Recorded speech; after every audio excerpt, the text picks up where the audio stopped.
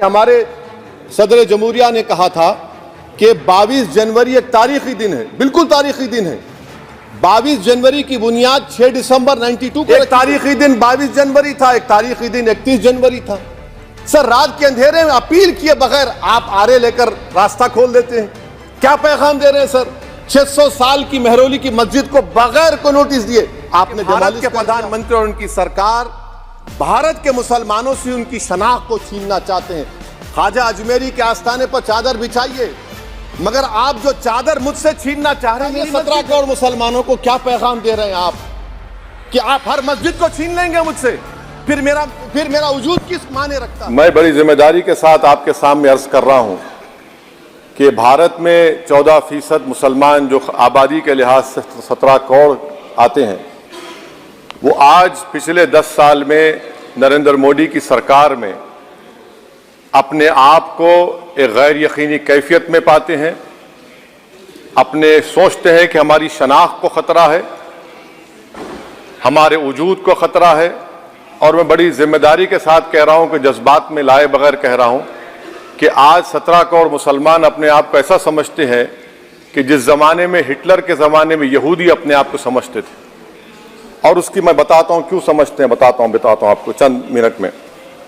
Sir, मिसाल के तौर पर आप देखिए खुतबे सदारत के हिस्से तहरीर का 32वां पैराग्राफ, 32 पैराग्राफ में ड्रॉप आउट रेट का जिक्र हुआ, स्कूलों में इंदराज यानी एनरोलमेंट का जिक्र हुआ, एससीज का नाम लिया गया, एसटीज का नाम लिया गया, ओबीसीज का नाम लिया गया, लफ्ज अक़लियत का नाम नहीं लिया गया, मुसलमान तो छोड़िए। और सबसे ज्यादा ड्रॉप आउट इस मुल्क में अगर स्कूलों में है तो मुसलमानों में है।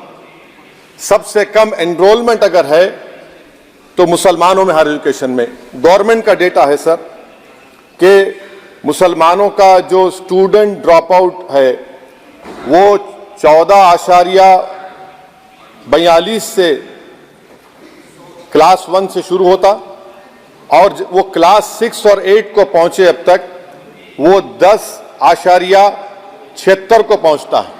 ये गवर्नमेंट का डेटा है, यानी क्लास 1 से क्लास 6 से 8 तक ये हाल है।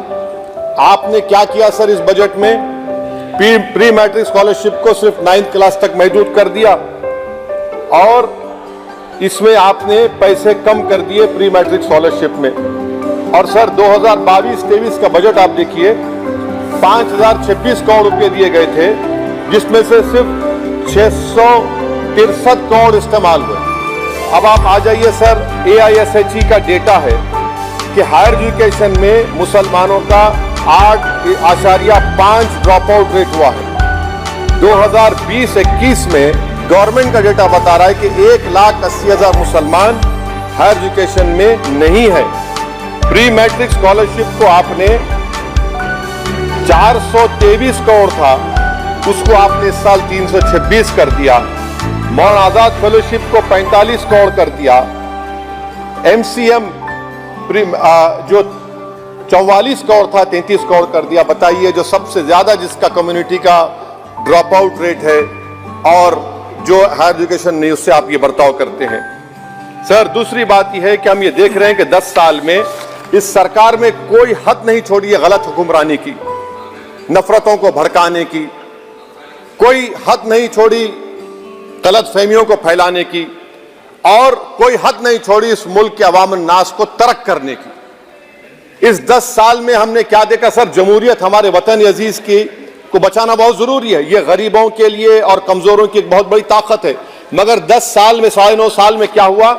सिर्फ एक शख्स को मजबूत कर दिया गया, एक मजहब को मजबूत कर दिया गया, एक आइडियोलॉजी, एक नजरिए को मजबूत कर दिया गया, एक शनाख्त को सब शनाख्त के आगे दूसरी शनाख्तों को मिटाने की कोशिश की गई, एक जबान को मजबूत कर दिया गया, तो हमारी जमहूरियत तो खोखली हो चुकी है। और सर, कोई भी हुकूमत और पार्टी सिर्फ जबर और इस्तेसाल पर कायम नहीं रह सकती है सर। दूसरा पॉइंट सर जो मैं आपके सामने अर्ज करना चाह रहा हूं, CAA के कानून के ताल्लुक से मरकजी एक वजीर ने अखबार में बयान दिया कि हम 8 दिन में करने वाले हैं। आप 8 दिन में करेंगे, 8 दिन में एहतजाज शुरू होगा मुल्क के कोने कोने में। आप CAA को मजहब से खत्म कर दीजिए, मजहब से जोड़ेंगे तो आपका इरादा बुरा है। आप भारत की अक़लियतों को, भारत के मुसलमानों को, दलितों को आप परेशान करने का आपका इरादा है। सर दूसरी बात यह है कि CAA के खिलाफ क्यों हम हैं? क्योंकि सीमांचल के मुसलमान को आप बांग्लादेशी कहते हैं। कोई मिनिस्टर मुझे कहता है कि घुसपैठी है, रोहिंग्या है। तो CAA को मजहब से जोड़ना गलत था, उसको निकालिए।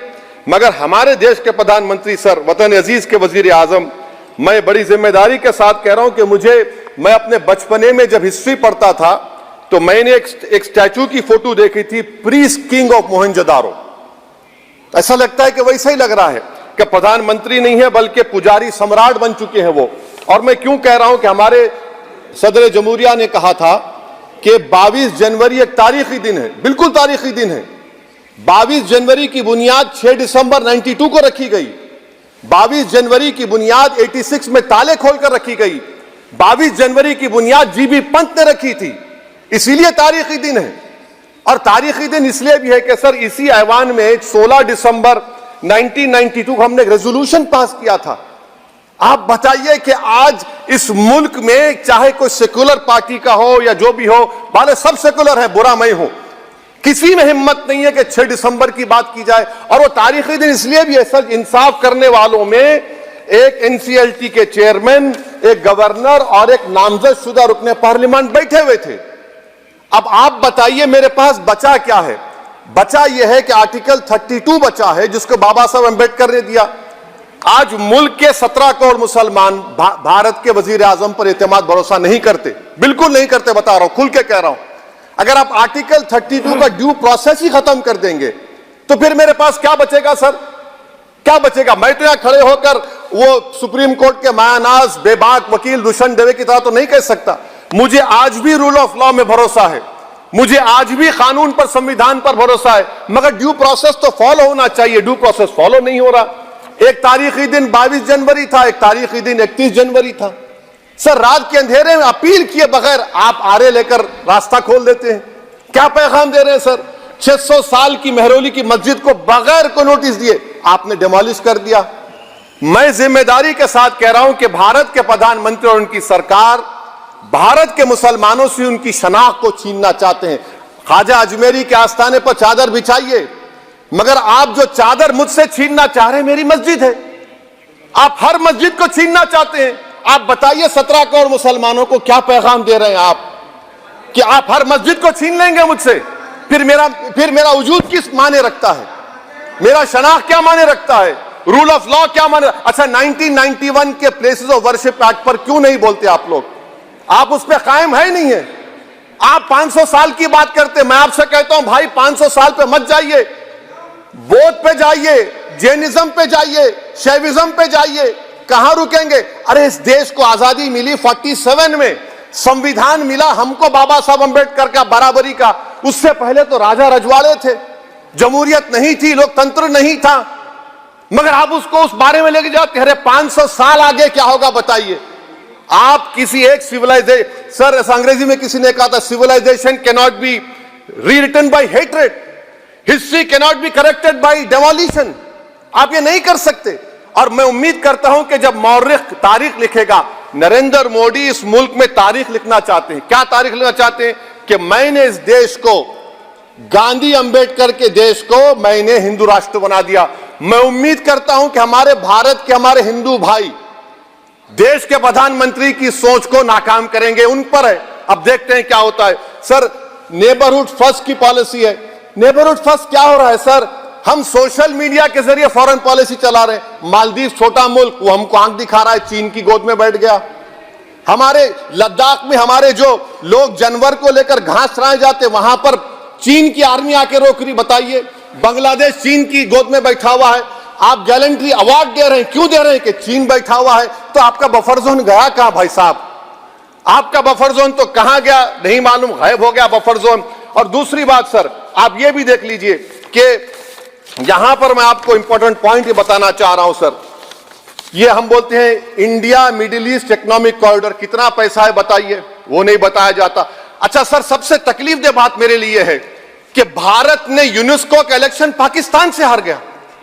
हम पाकिस्तान से हार गए, ये आपकी फॉरेन पॉलिसी है। यूनेस्को के इलेक्शन हम पाकिस्तान से हार गए। अच्छा, मामला इजराइल का फलस्तीन का, गाजा का आया। अक्टूबर में 10,000 लोग मर गए, हमने यूएन में सीज फायर की तायीद नहीं की। दिसंबर आया, 20,000 मर गए, तो हमने तायीद कर दी। क्यों तायीद की? क्योंकि ग्लोबल साउथ को हमको फॉलो करना पड़ रहा है। भारत ग्लोबल साउथ को फॉलो कर रहे, मेरे लिए तकलीफ दे बात है। यह आपकी नाकामी का बहुत बड़ा सबूत है। इसीलिए हम बता रहे हैं कि यह सरकार की बहुत से नाकाम। अलीगढ़ मुस्लिम यूनिवर्सिटी, आखिरी पॉइंट, अलीगढ़ मुस्लिम यूनिवर्सिटी। सर, आप उत्तर प्रदेश से आते हैं। सर, 81 में एक्ट पास हुआ। हमारा लॉ ऑफिसर कोर्ट में कहता है कि मैं पार्लियामेंट के एक्ट को नहीं मानता। कैसे नहीं मानते सर? क्या नरेंद्र मोदी ने पार्लियामेंट को नॉमिनेट किया या पार्लियामेंट ने नरेंद्र मोदी को प्रधानमंत्री बनाया? बताइए। 81 के एक्ट को नहीं मानते। सर, 2 ही तो सेंट्रल यूनिवर्सिटी है मुसलमानों के। 1,80,000 आप ही के सरकार के दौर में मुसलमान हायर एजुकेशन निकल गए। आप अलीगढ़ मुस्लिम से छीनना चाह रहे हैं।